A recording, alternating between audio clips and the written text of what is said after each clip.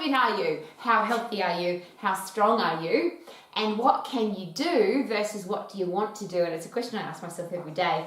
I have this great picture of the Eiffel Tower in my house for a reason, because I've been there several times, and if you haven't been there, can I make a really strong suggestion? Don't take the lift, take the stairs. It's a long way, they're tough stairs, but when you go to Paris, there's usually a big long line of people waiting to get up the Eiffel Tower.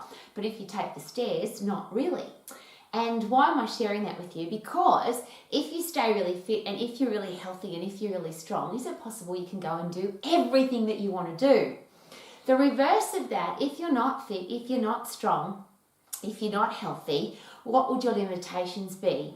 And one of the things I always ask when it comes to the human body, and it's just an interesting question, would you ever miss brushing your teeth?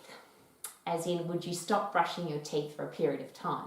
How would your mouth feel? How would your whole body feel, really, if you didn't brush your teeth for a week or 2 weeks or 3 weeks or a month? Let's go for a month. No brushing your teeth for a whole month. How would you feel? Now, I hope you can't tell me that, because I hope you've never done that. I certainly haven't. But can you imagine what it would be like? How you would feel, how your mouth would feel if you haven't looked after it, if you haven't maintained it, if you haven't cleaned it, if you haven't freshened it up for a month, for 4 weeks? What about if you hadn't had a shower, hadn't had a bathe, hadn't cleaned your body for a week, 2 weeks, 3 weeks, 4 weeks? Now, if you've ever been out in the bush, or you've been in the army, or you've had something to do with the wild outdoors, you might have had that experience where you've gone a very long time without having a bath or a shower. And if you have, how did that feel to go such a long time being dirty? So now let's combine the two, dirty teeth, dirty body for a whole month. How would you feel? And then after you did have a shower and brush your teeth, how would that feel? The reason I'm asking the question is a lot of people share with me that over Christmas, or if I'm busy, or if I'm stressed, or if life catches up with me, I'm not going to exercise. If I'm on holidays at an amazing place like Paris, I'm too busy sightseeing to exercise. Some people walk more when they're when they're on holiday, so they call that exercise. The challenge with that, of course, is that walking is a great experience. It's good for your headspace and you get fresh air and sunshine. But to get really fit and to get really strong, you have to overload your heart and lungs. You have to get puffed and you have to lift heavy, which is why climbing the Eiffel Tower is really good, because you're going to get puffed. But if you're just wandering around the shops, wandering on the beach, wandering around sightseeing, it's a lovely activity, but it's got nothing to do with keeping your body really fit and keeping your body really strong. Now, why does that matter? I'm going to ask another question. Let's say you didn't brush your teeth, you didn't have a shower, and now you had to lie in a hospital bed for a month. So 4 weeks lying down, no brushing your teeth, no having a shower. How would that feel? Physically for your body, how would that feel? Well, I really want to ask you to consider, please, because it seems that we would never stop eating, we would never stop brushing our teeth, we would never stop having a shower, we would never stop eating food, we would never stop breathing. But it seems that we look for every opportunity not to exercise, not to do high intense activity. And of course, the challenge with that, if you've ever been in a hospital bed for even 1 week, how do you feel after lying down still for a week? How do you feel when you get up? Whoa! Wobbly, weak, tired, even dizzy. Because of course the human body's not meant to lie down. But why do we feel so weak and tired and dizzy after being stationary for a week, let alone 2 weeks or a month? Well, of course, if you do nothing, your body wastes away. And I'm going to make it sound really harsh. Is it possible that our body rots away? As in, if you're not growing, you're rotting. Yuck. And I'm sharing that for a reason, because I can't understand why so many people think it's really awesome or normal or okay or acceptable to not move their body for 3-4 weeks at a time. Now, this is not a judgment. It's a personal challenge for all of us, because if we remain stationary, and I'll use the hospital example, if we remain still for just 4 weeks, and even if it's only 2 weeks or 1 week, but if it's 4 weeks, and so I'll use the long period first, we will lose around about, and depending on your metabolism and depending on how active you were before you had to lie down, but you can lose around about 1 kilogram of muscle. Now that's the aging of 10 years. in 4 weeks of doing nothing, your body can become a whole 10 years older, weaker, more frail. I hate that word frail because to me that just is linked with old people. And chronologically old, of course, is not a challenge. But if you get weak and old and can't do, and your body wastes away, rots away, what does that do for the rest of your life? Is it possible that over Christmas, for example, if you have 3-4 weeks holiday and you don't do any exercise and you eat a whole stack of food and you drink a whole heap of alcohol, that you can come back after your holiday and your body is really a mess. Now you've got to recover from that mess, so you have to fix the mess that you made, and then you have to, and for me it's about consistently, regularly getting fitter and stronger and healthier as you get older. Now I'll take all of that away. If you're on holidays, would you still brush your teeth, or do you still brush your teeth? Do you still have a shower? Do you still eat food? Do you still wear clothes? Do you still breathe air? Of course, they're all normal parts of life. So why is it that it seems so normal, so acceptable to just drop the exercise as if it's not important?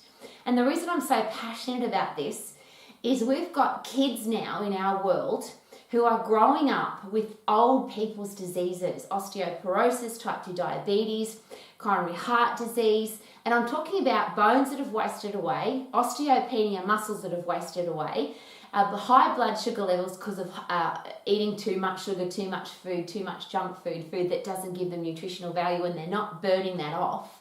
So we've got little kids with old people's diseases because they've become inactive. Now there's the challenge, isn't it? Inactivity. The top medical professionals in the world will share with us that inactivity is the new smoking. Not moving, being still is the biggest killer in the world now, because when you do nothing, your body wastes away, it rots away. Now let's put that into just some simple perspective. If you don't do anything for a week, 2 weeks, 3 weeks, 4 weeks, yes, your muscles waste away, yes, your bones waste away. That means your metabolism slows down. So not only will you be eating more, drinking more, so putting more energy in, your body burns up less energy and you're not moving. So normally if you're exercising, you'll be burning calories faster. If you have a strong metabolism because you've got a large amount of muscle tissue or bone mineral density, your body works at peak performance and it burns up everything you put into it. But if you do nothing and you eat a lot and you drink a lot and your muscles are wasting away, what's going to happen? Can you see why I have things like this in my house? Pictures of activity. Every time I walk past this picture of the Eiffel Tower, it reminds me of getting really puffed climbing the stairs at the Eiffel Tower. I live in an area where there's mountains everywhere, which makes me always focus on how can I move more, how can I get puffed, how can I stay fit for the rest of my life. I'm sharing all of that with you because I want our kids to grow up in a world where it's normal to be healthy, to be fit, and to be strong. And I'll rephrase, what about if our kids, when we teach them to brush their teeth, because we always do that, don't we? We would never not brush our teeth. How do you feel if you don't brush your teeth for a week? Well, why don't we teach them to exercise at the same time? We teach our kids to wear clothes. Why don't we teach them at the same time that you're going to put clothes on your body? Let's do some exercise. Our kids eat food. We're really, as parents, I imagine, very focused on our kids getting great food or making sure that they don't starve. But if our body's not exercising, it's almost worse than starving, because everything that keeps us fit and strong and healthy and mentally strong and tough comes from being active human beings. Now, it's not about the physical activity. Of course, physical activity makes life fantastic because you can go and do all the things. You can climb mountains and do rock climbing and ride a bike and go swimming and climb the Eiffel Tower and do all sorts of stuff. But to get fit, you've got to get puffed. To get strong, you've got to overload your muscles. So it's not just about moving or being active. It's about getting high intense activity, sprinting, going as hard as you can and getting puffed so that you get really fit. And that's what stair climbing's all about. That's what punching a bag's all about. That's what jump squats are all about. That's what sprinting on a bike, going as hard as you can. Get puffed. And I'll ask the question, when was the last time you brushed your teeth? When was the last time you had something to eat? When was the last time you had a shower? Versus when was the last time you got puffed? And puffing keeps you fit, which means you can do everything else in your life so much better. When was the last time you overloaded every single muscle, bone, ligament, joint and tendon in your body? If you're really strong, then you can sprint even harder, so you can get fitter. So strong people can get fitter.